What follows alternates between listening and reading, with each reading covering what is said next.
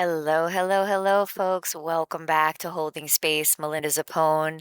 And if you're on Spotify, Enya, everyone needs you always. And if you're on YouTube, Enya, everyone needs you always. We're talking about how to really possess that healing journey that everyone is talking about. And I really hate to break it to you, but it is not clickable. It is not followable. You have to go in. You have to invest in what insight really is. And I'm way more about the classroom and the warehouse of material than I am about being clickable. So, case in point, I have not figured out how to embed the new podcast introduction into the video. I really invite you to listen to that healing intro. The beats on that will heal your nervous system. But I can't figure out yet how to include it in this video version. If you are on Holding Space over on Substack or Spotify, you probably can click on it in the show notes, definitely in the content of the writing on Holding Space. I am Melinda Zapone. I am your healer, your therapist, your journey woman on the healing journey, and now a creator. And I just want to dig in today. I've restored. This winter is really hard, guys, and we don't wake up happy or healed. So it's really hard to stick to the work. Today, I'm talking about the difference between resolute and resolution. We're titling this post Resolute versus Resolution, the other side of Happy New Year and how to face real change. Resolute is defined as admirably purposeful, determined, unwavering. And we're instructed to look at Happy New Year, but some may need to embrace their darker energy and resolve to face things. So it's a little confusing. So let's just talk about resolute versus resolution. To make a resolution is to think about change. It is cognitive and based on using your thinking part of your brain to come up with a story that is inspirational. For example, I want to wake up happy to be alive each day this year, or I want to carve out more time for that creative side income idea this year, or even I want to date emotionally available people and stop being afraid to walk away this year. Beautiful, hopeful, and completely logically framed. To think about becoming better as human, it also presents something logical and attainable while having a darker or harder side to grasp. Much like humans themselves, in fact. All of us possess the lighter aspects of ourselves and the darker parts, and resolutions tend to leave this latter factor out. Change has about 2% to do with forming a resolution. It may be the trailhead, clearly marked and very hopeful. It's not exactly the beginning of walking the trail, but it marks it. A resolution, however, will never be the change itself. It's 2% at most, and the rest is a harder process. On the other hand, to be resolute is to already become something. You can't phrase it, you have to feel it. It's more of a mindset with distractions pulling us back to the easier concept or resolution at the beginning of the trailhead. I face this as lifelong therapist whose helpfulness presents as one thing while being deeply informed by another. My dark nights of the soul are what inform my work the most.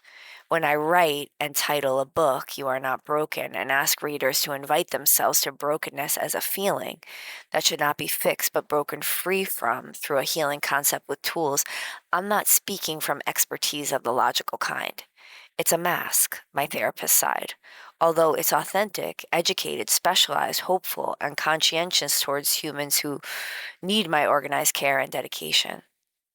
After 20 years and many specializations, as well as more recent author and content creator advancements towards helping, the progress that moves me and the individuals I work with is to become resolute about facing the unmasked self. When we hold space, as we aim to do in sessions and here in this subscription, we are doing an intensive facing things. We are not meeting weekly to chat, but resolute on looking inward. It takes space to do it, space to learn the tools for it. It takes resolute determination and acceptance that the knowing things side will want to fix, and the being side is less known, and both will face things with resistance. People are learning hour by hour when they become resolute that they will hold a degree, a job, a relationship, an impressive investment, a quality everyone approves of, or solution to the fear of hair loss or aging, and they will still never hold themselves. To be resolute is to embrace the struggle of holding yourself with the utmost care, compassion, clarity, curiosity, connection, courage, calmness, and creativity. It means to stop setting expectations that this or that will equal your happiness and accept you are complicated, everyone else is too, and we are all waking up a mess at times. Your therapist, coach, influencer, mentor, or anyone you go to for guidance openly or discreetly all have masked pain they have to face. Let's look at some statistics on how common it is for the human race to struggle on any given day. So I have some here. On average, most adults cry about 1 to 3 times per month as a natural emotional release. Research indicates that women cry more frequently than men, with men, averaging 5 to 17 times per month. No, excuse me. With women averaging 5 to 17 times per month and men about 1 to 4 times per month. Factors such emotional state, stress, and life events can influence crying frequency, but these averages provide a general guideline for what is considered normal. Other stats.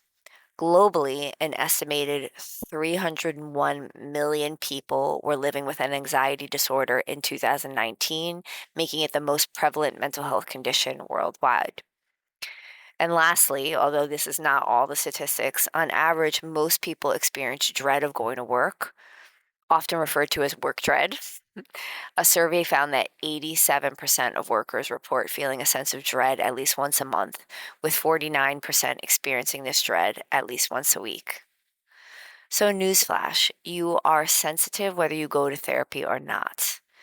Ask yourself right now, if you close your mouth while reading this or listening and breathe in only through your nostrils, then out the same way, do you feel it? Now open your mouth and try to breathe the same way. With your mouth open, try to get the same feeling of breath going in and out in your nostrils. You can't. We are all that sensitive. Whether you take the time to breathe in deeply with intention and care or not, your body feels it. All of us are holding back our sensitivities, and I have dedicated my life purpose to easing the detrimental blow that this has on our true selves. Inside sensitivity is a gold mine of information.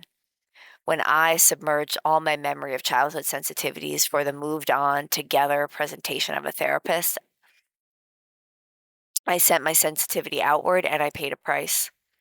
I am the extreme end of the spectrum, developing CPTSD. However, it is our severe cases that inform the pathway of healing found in the toolbox approach written about inside Holding Space subscription. Now, below, and as you're listening now, there's a memory here about hiding sensitivity. Be careful with yourself as you read or listen if you have childhood trauma or any sexual violation history.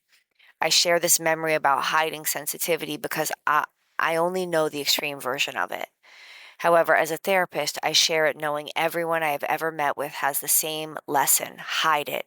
And if you can't, live with not belonging, addiction, eating disorders, relationship problems, working the wrong job, or living the wrong life, and accept that is the way it is. I propose that is not the way it is. We can learn to face things and rewire our sensitivity, find the tools to see the story of our fragmented self, and determine our healing back to wholeness process. So bear with me, a memory. When I was about 4.5 years old, I started to become noticeably sensitive. My mother could not put anything denim on my lower half and opted for corduroy. While formerly my eyes would light up at the Oshkosh Bagosh label, now I wasn't sure if it would feel good. It was luck that they made corduroy. It was an easy switch. My mother never knew, and I had hidden it from myself in hiding it from her. The denim jean crotch was too rough on my skin. Between my legs, an older neighbor was playing a forceful game that needed to be kept secret. I was sensitive, yes, but to something darker than rough fabric. I didn't know who to be good for, a troubled playmate, alone in his boyhood world in a way I understood a little too much at that age, or my mother, who needed me to be quick to get ready for preschool and happy that she found one with gymnastics. This was my first lesson on hiding sensitivity. The stories we tell ourselves about who we are and the beliefs about how we are or should be create the trajectory of our lives. Holidays that say, be happy, externalize this pattern of telling a story of how we should be if we are happy and doing this year correctly. I have held therapy sessions on New Year's Eve and New Year's Day for 2 decades. Not because people need my help to navigate new changes or get themselves to motivate and see the need to change, but because they need a safe place for a different energy at this time.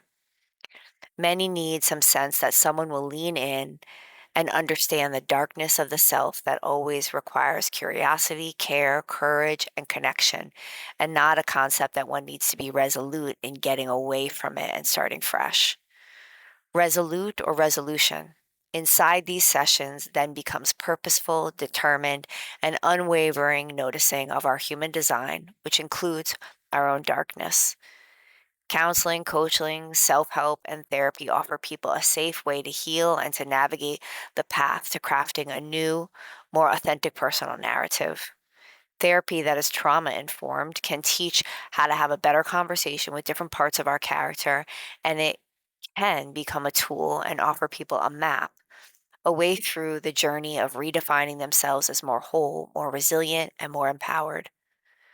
What if there was a way to provide people a simple vocabulary to help them find the words to explain those subtle and indefinable places where they feel that there is more to who they are, but they can't express it?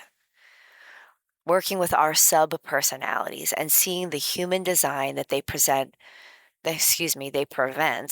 from manifesting in life verifies what people often hope is true about themselves. They are blocked in some way and not exactly from mistakes, traumas, or deficits. We have that need to reflect and dissect all of these things. They are unstable inside us and block the nervous system from knowing the threats of today from the threats of the past. We do need to rid the repression, suppression, and dissociation that marks our personal narratives. However, that secret part of the inner terrain of their heart that they want to share with the world, but they often don't have the tools or the language to express, that is what is really the pain that is faced in a relational healing phase of the registered trademark, the toolbox approach I've come to use on myself and in sessions. The power of this language became clear to me after a trend in which 73-year-old women, 65-year-old men, and all configurations of couples over 50 start to cry or shudder and become speechless with emotion on and off during the 60 minutes we spend together. They indicate to me they feel seen for the first time in their lives, not as much by me, but with this language and by a new self energy side of them. Self energy can be defined by a true self that can see all the masked and reflective ones and can even lean into the vulnerable, exiled parts of ourself too. Many tell me, and I have told myself, when self energy comes to me, I knew it was there. No matter how long anyone has waited for it, I always feel the same resolute way. No one should have to wait this long to feel seen. And yet, it is a darkness many of us carry. We cannot see our true self. So I say be late to leadership. It's okay. Now, we're going to get to the part of the article and this post, this video, this podcast, wherever you're coming from, which is always our mission here at Holding Space Subscription. You can start to explore the first course in the Phases of Healing curriculum for You Are Not Broken University here on Substack if you're there. In the show notes, if you're on YouTube or Spotify, the clickable link is there. This course is about coming into radical self-investment by parsing out the difference between the masked self of your personality, the way your body and mind hold the fragmented narrative, what has happened up to now, and how to see your human design blockage as the source of your pain.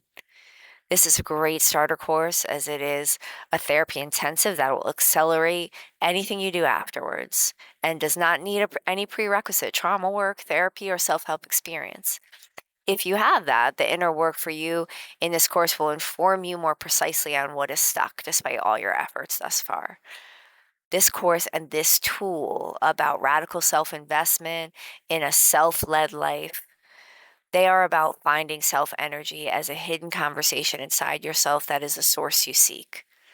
Rumination, overthinking, and dwelling are tools that thinking uses to give you that sense of figuring things out, but the leader in all of us gets blocked that way, and we outsource to solutions rather than deeper knowing. Deeper knowing takes patience. The leader archetype looks a certain way in many cultures, which is why we fall asleep to it inside of ourselves. When I was a child, everything in our home pointed to who held the leadership role. It was all encompassing. My father was not only the man of the house, but he was also the epitome of leadership. There were books everywhere as proof he studied leadership. His ties created a cavern in his closet I could never poke behind. And everywhere we went, his beard would make him the recognizable leader of some other place outside of our home. It was everywhere. He went to special conferences and brought home computers before they were sold in stores. When he led schools, the meetings all required his attendance. When I had moments of leadership in my mind, like I figured something out on my own or knew something intuitively without needing any guidance, it seemed to pale in comparison with this picture of leadership. And I definitely did not look the part with my blonde hair, my sweet face, and my emotional blue eyes. It was a given that education was important in our family and that these meetings he attended, as well as the continuous stream of books he devoured and systems and people that needed his leadership, were crucial to his competency. The drive for excellence and competency in the name of serving at the highest level was embedded to the fabric of my being. Likewise, having a professional career was the expectation for me if I wanted to walk in the footsteps of my father. These messages are handed down subliminally, like the hamburger commercial that seems to be showcasing its product, all the while demanding you are hungry for it right now. I was hungry for the leadership my father commanded, but sat in front of a screen separated from it. I did not look the part, so I shrunk from it. In graduate school, we were made to do a project that showed who we are, and I decided to come at it through vulnerability, displaying one of my biggest mistakes that had shaped me up to then. My instructor worked for IBM, typing what employees were leadership material. He told me I should consider a leadership role trajectory. I still, in all my preparation to become something more through graduate school completion, shrunk from the compliment. My father is the leader in the family, I said. It took me years to move into a protected version of self leadership and self energy without challenging the pedestal of what a leader should look like in the larger cultures I still had to exist inside. I started to gain expertise that we need to heal through becoming trauma informed, an approach that emphasizes not cognitive understanding, but how we access the unconscious through body tension and breath, through awareness and relaxation, and a sense of memory that is not episodic and remains out of order in the way the body holds it. Somatic experiencing started to form my foundational understanding of how to listen and hold space for the possibility of who people are beneath their defensive body tensions. A, a late leadership started to rise in me, and I can see who or how this is. I gotta fix that typo right now. This is a tool for the individuals I work with and those of you reading and listening. Inner work is about transformation from the person we think we are to the person we really are underneath the changes our body made to survive our pain. In the end of cognitive explanations, the person we think we are needs to see the person we really are and how we can't be anyone else, or pain will continue in this pattern of holding it. This seed became my organizing principle, my guiding light for all the educational paths that I was to follow. Awakening to my own repressed trauma, it became clear that I needed more ground to meet my clients' emotional struggles, and I created the toolbox approach and the phases of healing. Still, sales from my first book on it, You Are Not Broken, Break Free from the Fixing Your Mindset with the Toolbox Approach, did not explode. And I got tired of people connecting deeply to their core non-healing, then running out of time in sessions to show them the organized path, including body work. I couldn't sell them the book in sessions, and I didn't want to compromise my authenticity to sell it like content creators and other therapists con authors were showing me was the path. I wanted to be doing the next phase of work with them inside their leadership. I wanted and still want everyone to have the tools, but not to force them. The low sales and winter cold had me doubting myself tremendously. I still woke up with trauma patterns that left me feeling unresolved and like I was a fraud to have written You Are Not Broken. However, this is late leadership bullshit suffering we all go through using this tool. So, what? You are late to it. You are new to it. It's not the familiar kind of leadership that is frequently modeled. That brings us to the leadership tool. First, consider what type of human design you are. Human design is a theory that explains how we're all meant to use our energy to succeed in life. The way you create and use your energy determines your human design and your human design type. It's related to your birth, but at this point, we are using it as a self leadership tool and more intuitively. If you look at one of these categories and feel it is true, but also know it's not how you are actually operating in the world at the moment, that is a core aspect of your troubles. Despite how microscopic we get, exploring our traumas, relationship patterns, mental health ups and downs, our family of origin, this is often the leader inside's main priority, to see the bigger picture of your pain.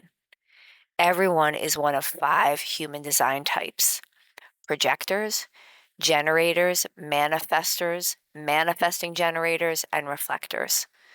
We'll review the types briefly here for a moment in depth. For a more in-depth exploration, you can consider taking that course, and I include the link multiple times in this article. Go over to Holding Space on Substack. It's in the show notes on Spotify and YouTube. And definitely on Substack, you'll see a nice little visual of the 5 types with a little blurb underneath, which is kind of a quick and easy way to absorb that content. So let's start with manifestors. Manifestors are initiators. If you are this type, you're the one who gets the ball rolling. Natural leaders and visionaries, you are willing to carve your own path and often encourage others to follow you. Manifestors make up approximately 9% of the population. You also inspire others. You're passionate about your ideas and love sharing them with others. When the other human design types see your excitement, it often inspires them to work on their own goals and passions. Manifestors work best alone. It's enjoyable for them to play by their own rules, and they may struggle with a traditional work schedule. When an idea strikes, a manifestor devotes all their attention to it and may become frustrated if someone interrupts. If you are this type, you may want to do everything yourself and struggle with delegating tasks to others. So just feel that and consider that as your type. Generators. Generators are meant to create. Your role would be to make dreams into reality and bring ideas to life. You're full of energy and always ready to work on projects you're passionate about. Generators make up 35% of the population. These types perfect their craft and are highly skilled at the things they enjoy. You understand how important it is to learn about your work and take pride in following through until the job is finished. Generators are responders. You don't initiate things, but you respond to ideas that spark your interest. Prioritizing excitement in your work can help you feel more aligned with your aura and attract positive people and opportunities. You may become frustrated easily because you need to use all of your energy in a productive way. If you don't, you may feel stuck and like you aren't living up to your potential. Avoid this by making time to do the things that bring you the most joy. So feel that if you are a generator. Manifesting generator. Manifesting generators are a hybrid between manifestors and generators, and are worker bees who thrive on multitasking and staying busy. Whereas generators might have one specific passion, manifesting generators love moving between different projects. Manifesting generators also make up about 35% of the population. They are charismatic, and as a manifesting generator, you may find that others are drawn to you for passion. You uplift others and always find the quickest way to make things happen. However, these types may give up easily. Manifesting generators love to hop from project to project, but this sometimes means abandoning things before they're finished. You may grow frustrated at something you can't figure out and move on to something new rather than work to solve the problem. So feel that if you are a manifesting generator. Projectors. Projectors are advisors and guides. Projectors' goal is to understand, recognize, and guide others. As a projector, you offer a new way of doing things and show others new ways to succeed. You ask the right questions and make others feel known and understood. Projectors make up about 20% of the population. You are good at reading energies of others. Because of your openness as a projector, you're naturally good at reading and understanding others. This allows you to succeed at things like networking, organizing groups, and recognizing talent in others. You're prone to burnout. Projectors cannot create their own energy like other human design types. Since you must draw your energy from others, it is easy to burn out. When this happens, you might seek recognition from others and attempt to do everything yourself. For you to succeed, you must wait to be invited. So feel that if you are a projector. Reflector is the last type. This type is very rare. It makes up about 1% of the population. Reflectors see and reflect others. Reflectors get their name from their ability to reflect other auras. As a reflector, you have the natural ability to read and understand others. You may often blend in with your environment as a way of protecting yourself from feeling overwhelmed by others' energies. Reflectors notice things others don't. Reflectors are deeply attuned to the world around them, and they often pick up on things others miss. If you're a reflector, you see the potential for what the world could be. You might feel disappointed in the world around you. Because reflectors see all of humanity's potential, they can feel frustrated by reality. You see the gap between what currently is and what could be and feel disappointed with the current state of things. You experience life very different from the other types, so you may struggle with feeling lonely and misunderstood. And now, after sensing into all of that, a message. What you are living is your pain. What you are not living is your pain. Get out of the struggle. I am in this moment now, late leadership. I have reflector qualities, but I have been operating as a generator who fell into the trap of needing to use all my energy to push and work for what I wanted to manifest for others before fully manifesting it for myself. I have manifesting capacities, but I have to be careful that I draw them inward. Inside my profession, I am now steeped in an alternative lifestyle and adverse to the medical model, with an oppositional love-hate relationship with the DSM, the Diagnostic and Statistical Manual for Diagnosing Mental Illness. I'm immensely intrigued by systems, including the healthcare system, but I feel the diagnostic pathologizing of people with the DSM. While initially helpful in some cases and sometimes important, it is in many cases dismissive and underestimated people's capacities to organize a healing journey of the mind, body, and spirit, regardless of a medical or mental health diagnosis. The phases of healing, narrative healing, reprocessing healing, and relational healing address all three of what ails us: mind, body, and spirit. Nothing can be diagnosed that tells that story. And if we don't see it, find the language for it, we are all in darkness and non healing. So if you're not living your type, or you can see its pitfalls are not something to fix, but to step wisely into and lead rather than suffer from, you are starting to use this tool right now as you read. The rest is done by committing to writing down what you notice after reading this. Writing is a pathway to the subconscious. We were given it because some human design larger than us knew our personalities would form strongly as protection for surviving the first phase of our becoming. Sometimes this is a long phase. Wherever you are in your growth, you can notice this now and start writing from the self perspective.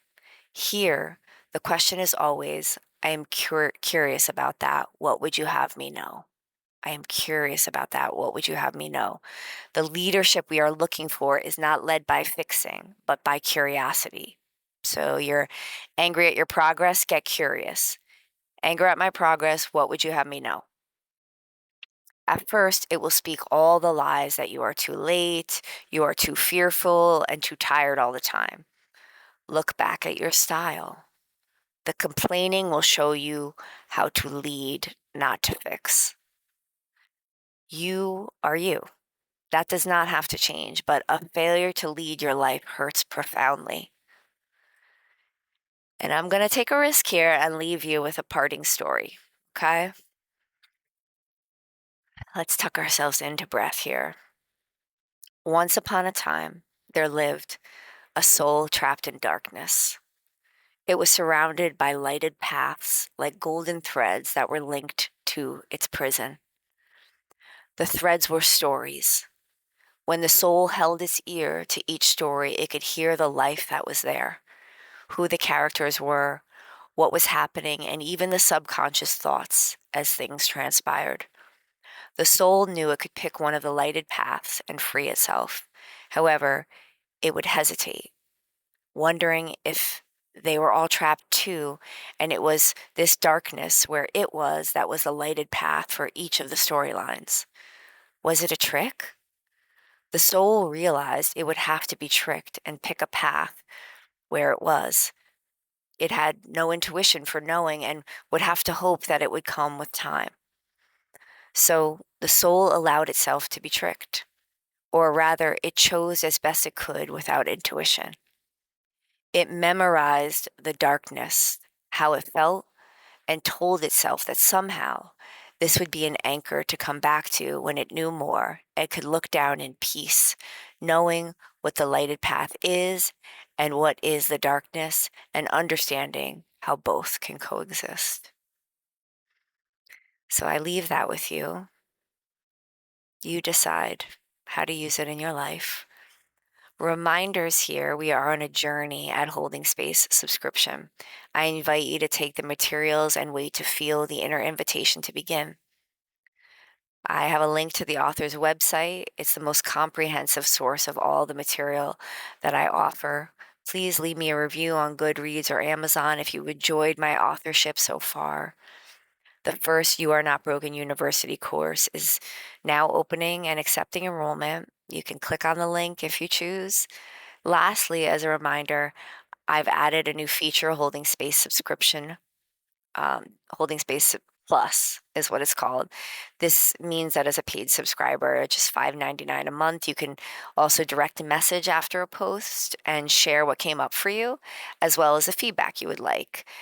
The 4 types of feedback are affirming feedback, guidance-based, specific therapeutic plans to incorporate in your therapy, or validate the points that you feel you process through reading. And all you have to do is message through the button here in Holding Space and let me know what type of feedback you would like. An important note, however, is that this is not a therapeutic intervention and does not include the essential component of getting to know your personal story. Please consider this as one supportive piece of your healing journey, ideally alongside therapy if needed. It is not intended for crisis situations or unprocessed trauma. if you're seeking professional support, you can find a therapist in the link. I link you to Headway, which is a popular source of finding a therapist, and you can see what your insurance accepts. Most importantly, heal on, and come back. We're here anytime.